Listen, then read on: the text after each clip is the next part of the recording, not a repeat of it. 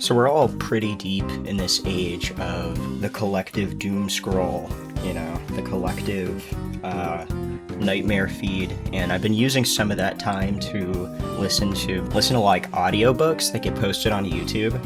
It's pretty nice because there's a lot of stuff on there that you can listen to for free, just in my pastime, like at work and stuff. And one of the books I ended up listening to, Philip K. Dick, which was recommended to me by a friend, that I found like just spookily prescient for the time, was Valis. So Philip K. Dick is definitely most popular for having written Do Androids Dream of Electric Sheep or Blade Runner. That's definitely how I knew him. He's also written The Stigmata of Palmer Eldritch, the Scanner Darkly. There was a cool Scanner Darkly movie made by, I think, the guys that made Dream Incorporated or Dream LLC. It's really cool. It has like that kind of weird Adobe Illustrator style, that vector art look. But Philip K. Dick was a pretty interesting guy. I had watched the movie from just film school stuff for Blade Runner way before I had read the book Do Androids Dream of Electric Sheep. And I remember thinking I had a handle on the movie, and then I read the book and it was super, super different. It was way more, it verged a little more on the mystical end. Obviously you have the concept of empathy and that being the difference between humans and robots, and then you have the thing with the empathy box, I think, which is almost like the weird internet that they have, the internet TV cult. It's kind of all of those things at the same time, and it almost feels like this kind of metaphysical metaphor going on in the story. Almost this hive mind, psychic, kind of digital cult-like internet type thing that people are tapped into, or they feel each other emotionally, and everyone transmits psychic emotions to each other or whatever. So it was kind of weird, and I didn't totally understand it when I first read that. And I remember leaving with the impression that I didn't really get Philip K. Dick. Stumbling onto Valis after having gone through that impression was really interesting, especially coming from having been very interested in kind of the Gnostic mythos surrounding, Abrahamic stories and whatnot. Valis is a story that is very uniquely modern. It's very much about losing one's access to a rational truth, to their compass and their sense of self-efficacy, in just having a solid universe and having to reconstruct their understanding and their image of truth and knowledge, and where truth holds in that reality. And I think in this time of the internet, of the empathy box, it's really spookily prescient. The book itself, it's hard to describe the narrative that it has, because it really is almost a lack of narrative, and it's the space between the gaps that it fills. For instance, it begins telling you that Philip K. Dick is writing about himself, but he's distancing himself from this character. He's writing about himself as if he's a different person. And so he translates his name, Philip K. Dick, from English into Latin, I think, and it comes out as horse lover fat.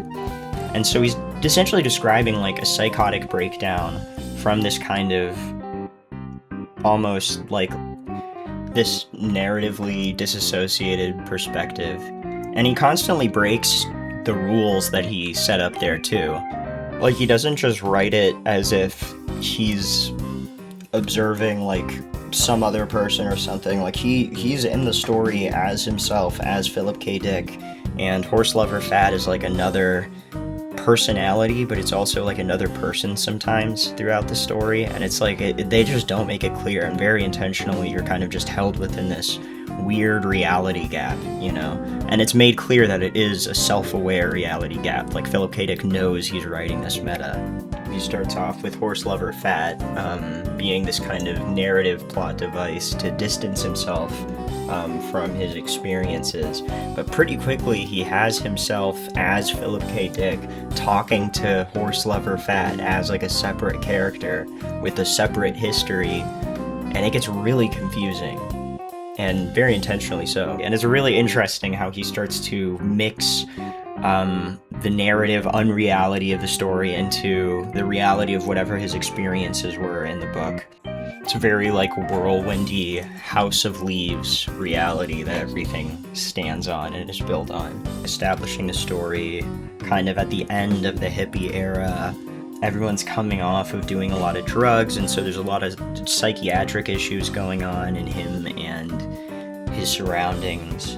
A lot of the story involves depression and suicide, and, you know, people surrounding him and himself and his wanting to help those people, and kind of just the places that an irrational world can take a supposedly rational mind and distort that rationality into just a loop of nothing. And most of the story is him trying to overcome this irrational nothing loop that is almost communicating to itself through his twists and turns.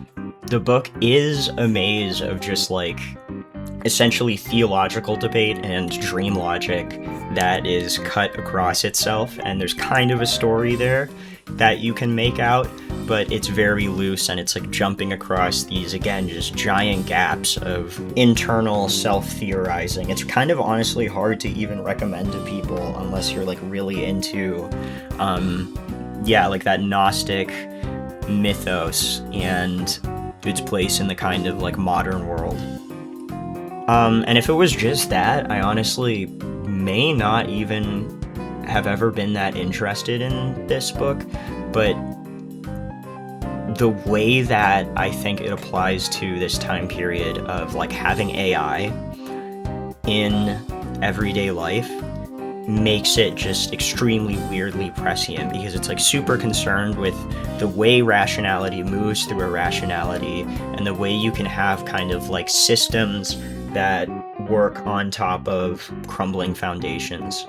Start off at an absolute bedrock of unreality. Like, we start with someone who is an acid head, who's gone through it, who's had like their crazy pink light religious experience, and that's literally how it is in the story. He gets like beamed with pink light, which he believes is from kind of like some pseudo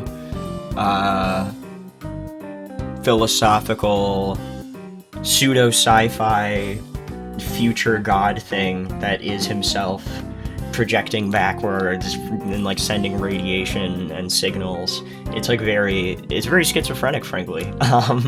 Very intentionally so. But we start off at that bedrock of just like, there is no reality here, and this character is literally just trying to piece together something that makes sense, essentially through his friends and through therapy and through a lot of religious philosophical debate, a lot of that, a mind-numbing amount of that. In fact, the culmination of the whole story is basically, it proves that there was weird alien god magic, and then it immediately like cancels all of that out and makes it completely neutral and ambiguous. And that's what's really fascinating about this story, is that it really is this look at a breakdown of knowledge and identity and truth. And it's very honest about how little it can know itself, while being willing to be absolutely crazy and metaphysically schizophrenic as it desires. The Valis idea, the thread through this whole story, is essentially that there's some kind of like information system that communicates through itself from the future through this kind of like prison that's inhibiting it, and he's trying to uninhibit this prison that somehow connected itself thematically to like the Christian Roman times in the form of what he calls like the Black Iron Prison. and he's undergoing this like kind of religious psychosis where he believes that he's been superimposed over the Christian times by like a magical beam from the future, from possibly three-eyed Russian alien people. That's kind of spoiling the story, but it's also kind of not. Because, like, yeah, I don't know, the story goes all over the place. But it does a really good job of establishing kind of just a vibe of, like, a sci-fi techno-Gnosticism in the modern world based on, like, informational theory, Western Hermetic mysticism. He very directly makes this like a Gnostic story, like he's constantly referencing Gnostic Christianity and concepts of like Samael and Sophia. Sophia becomes a character later on in the story. And obviously the sci-fi aspect of having Valis the satellite just clicks right into kind of the modern mythology of the Matrix, which you see so often. There's like the whole, you know, with like crypto bros, with like Andrew Tate, you know, those kind of like, you know, that leaning group. You see a lot of the Matrix mythos appear, and it just fits so snugly into, I think, the general feeling of like the internet and this omnipresent informational field that is constantly interacting with us, that we're constantly plugged into and we're constantly interfacing with, but we can never quite get a clear picture of. You know, we can only see it through its feedback. We can only see it through how it kind of bounces back its own echoes and images of us to us. To spoil just a little bit, like there's this part around the endish,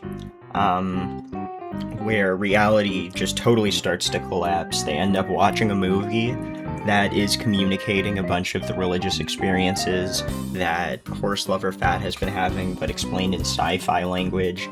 And so they almost have to do this like pilgrimage to go and find the, I mean, I'm exaggerating a little, but they have to go find the people who made the movie to talk to them. And there's like a girl who is almost a oracle, but she's like a computer oracle.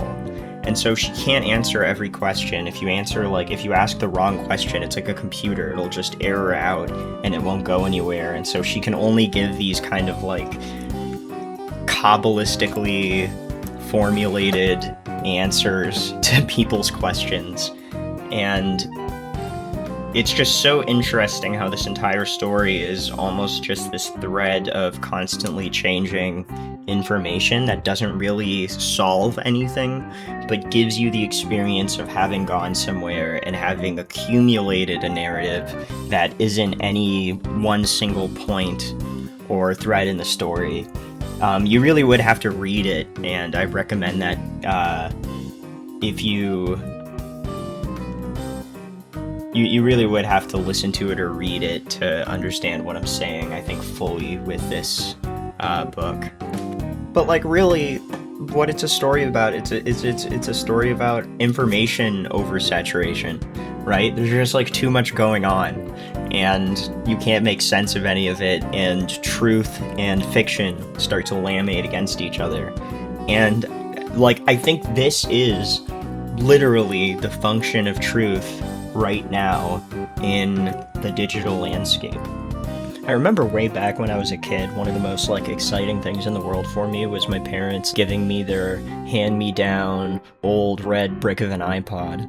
I had some like Owl City album, and I just listened to that on a loop, and that was my entire exposure to the internet. And crash cut 15 years later, we're all like literally carrying the entire net in our pockets, and we're about ready to upload Neuralink into everyone.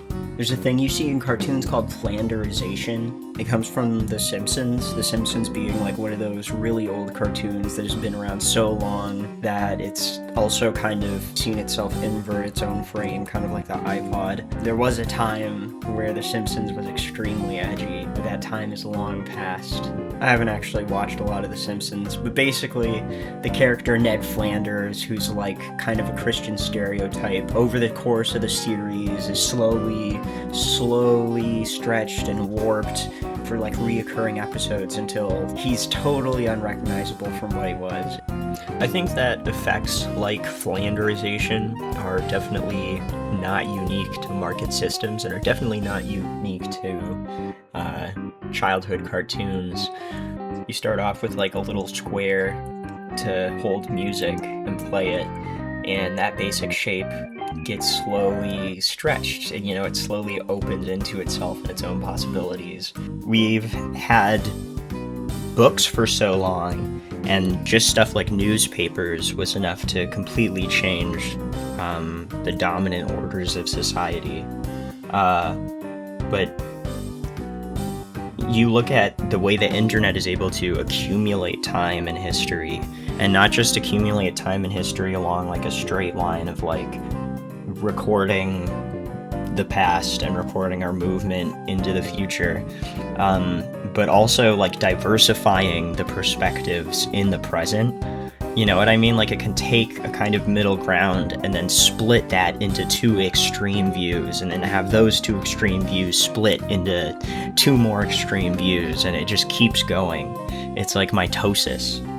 We are going to just be like accreting more narrative past in conjunction with all of the possible images and interpretations of the present. And as that happens, like, there are going to be more, I think, internal experiences like Valis, as I think the collective truth begins to, what's the word, maybe like evaporate or expand, go gaseous and kind of slowly atomize. I think atomize is the word I'm looking for, absolutely. But yeah, I don't know. I've just been thinking about that book a lot, and these algorithmic systems, and how similar the idea of just this informational form moving is to just what is literally happening right now, I think Philip K. Dick was a very prescient author, and he's not like the greatest writer necessarily. I was talking to my dad about that, but he really had an incredible mind for seeing, I think, just the direction things are going in very loosely, and feeling it out intuitively. But yeah, let me know what you guys think. Leave a like. I'm thinking about doing more of these types of videos going forward. Just putting these together. Hope you guys have a good one. See you in the next video.